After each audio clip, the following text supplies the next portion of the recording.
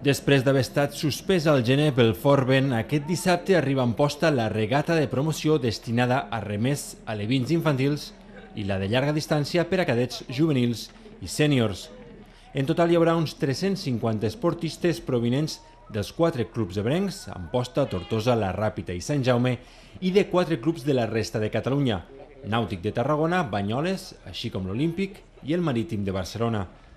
La d'aquest dissabte serà la primera regata de l'any al territori i una bona oportunitat per a que els remers comencin a posar-se a to.